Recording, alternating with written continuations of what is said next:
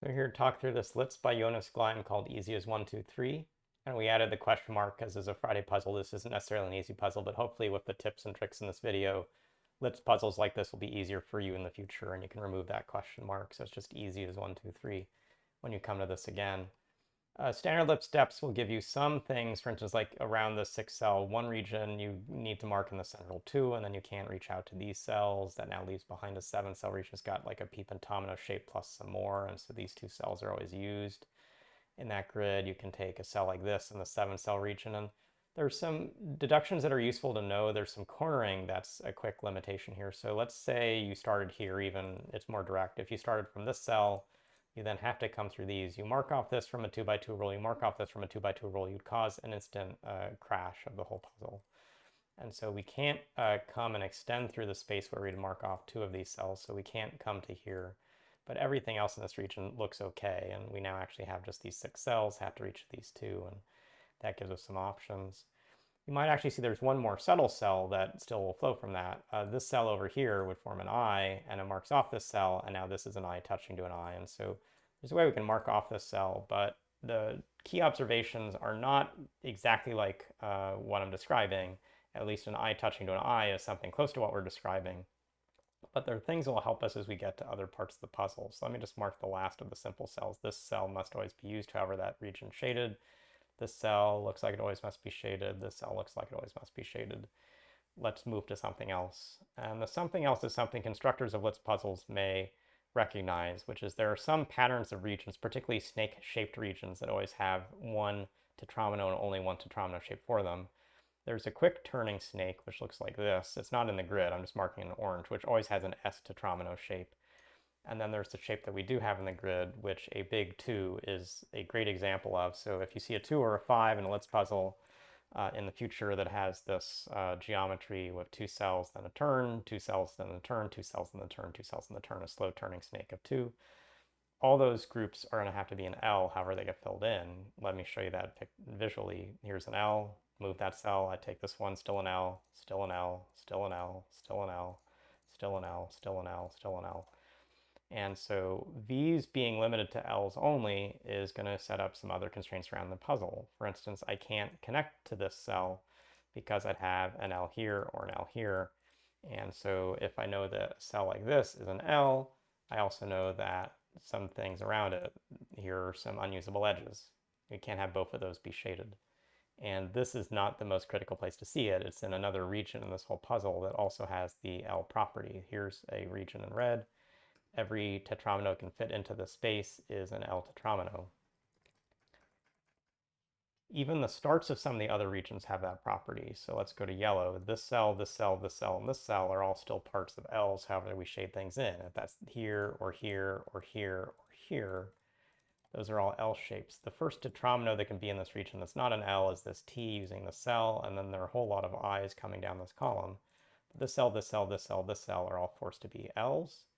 This cell and this cell down here are also forced to be L's, whatever goes into them. And so if we mark these cells into the grid like so, and even a cell like this is also forced to be an L, we end up functionally, what we should really be marking is all of these are not points of connection between these regions. We can't have 2 L's touching in a LITS puzzle, and so we can't have things extending across those spaces. And so I can mark this off, and I'm going to just actually remove the other colors and get back to standard colors.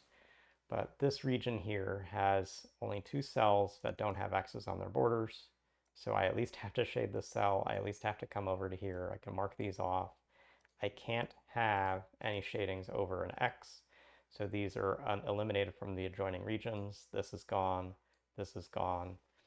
And I'm now in a space where this cell could have been an L, it would connect up to this space, so this is gone. And with this cell marked, I no longer have a T option around the cell. This only can be an L if it's used. So I can do a lot of eliminations to see I need an L touching to an I, or this puzzle is disconnected. So this region over here is now an L touching to an I. And it's easier in puzzles to see like an all eye shape. Like it's very clear this snake shape is an all eye shape. Like this shape here is mostly an L eye shape until we get to this cell. And then it becomes I with L and it ends in an L only shape. And so notice that where this is certainly an I tetromino, we're going to have some points of disconnection up here too. And so how does this whole LITS stay connected? It's not through here, it's not through here, it's got to be through here. So we mark those in, that marks and finishes this L shape. The cell must be used, which now connects to this cell. We can't form another I, so we're going to come through here. We can now do some different things, but some good logic. We have to connect through either this cell in orange or this cell in orange. A little bit of look ahead will show you that one of these is really bad. The one that's bad is this bottom one. It would quickly form this forced L, which now only has this cell to stay connected, which forces this L. It actually keep forming. We'd have L, L, L, and now we've got no room in the puzzle. So there's actually something about this geometry in the bottom that we should be learning, which is that this bottom option tends to be bad, this top option is good. That marks in these cells, marks off these. We have an L over on the left, so we don't want another L here, and the cell is too far away. So we again have two cells we can connect through. We've got the same LL pattern if we've got this thing, so connecting through the top is what's forced. Not these, not this. Got to take this cell, but not this for an L. So this is an L to a T to what looks to be an S or an L. Let's come back maybe to then like this 2 shape. We can't reach to the cell because of the 2 by 2 rule. We'll always take these. Notice if I take this cell, I'm forcing an L into the space up above. That looks bad. So I take this, I mark this off. That marks this off. The cell is now a forced L because I couldn't take this as well. So this is marked off. And so I have this S or L shape. Don't know more than that with this S or L shape here. But connectivity through the cell or through this side of the grid looks to be key. And we'll want to come back to that theme later on, but there's probably some more we can do up top before we have to think through that. And it's going to come again from thinking through connections. So where these two cells can't join to the bottom, they have to join through this region. So I have to take at least this cell in this region, and that means I can't ever reach to this cell. And if we're joining to the rest of the puzzle, this region has to join through this tetromino here, which at least has to take these 3 cells, or it joins to this one on the top. But notice this is an I, this would be another I. This is another case where what we can actually do is mark this is not a point of connection for the grid. So these cells are a point of connection to the grid. So now this tetromino into that is how the grid goes, but it has to still connect to something else, and that forces this cell. And so all these marked gives me this I. It has to connect through this L, which has to connect through this I. And we've got the upper left now of the grid done. Some different options for connectivity here, but this is now where we've got a key pause point, and the last of the easy as 1, 2, 3 numbers comes in. Let's think about this 3 for a bit. And let's think at the same time we're thinking about that, about these 2 cells. Notice if I took this cell, I might be okay because I can connect through the 3, but I always have to connect through this top space of the 3. So there's at least a route where connectivity has to be through these cells. Limited but possible. There's this other option where I take this cell to make the connection through the center, but that marks this off. And also because it's now putting an S into the grid, it marks that off, and that forms an L down here.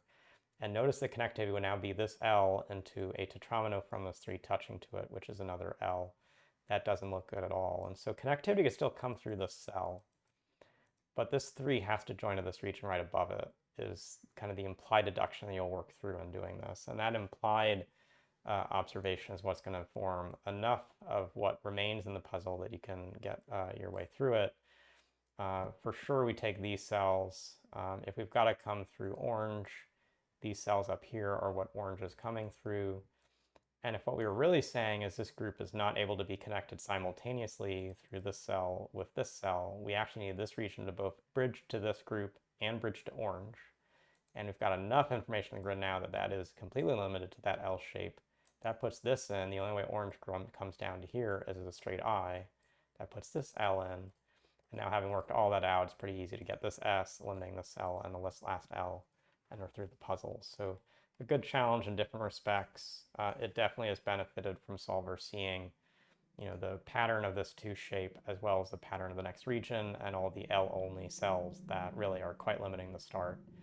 Then seeing that even along the bottom here we had L into L into L kind of deductions, so we sort of came along the top of these jigsaw pieces.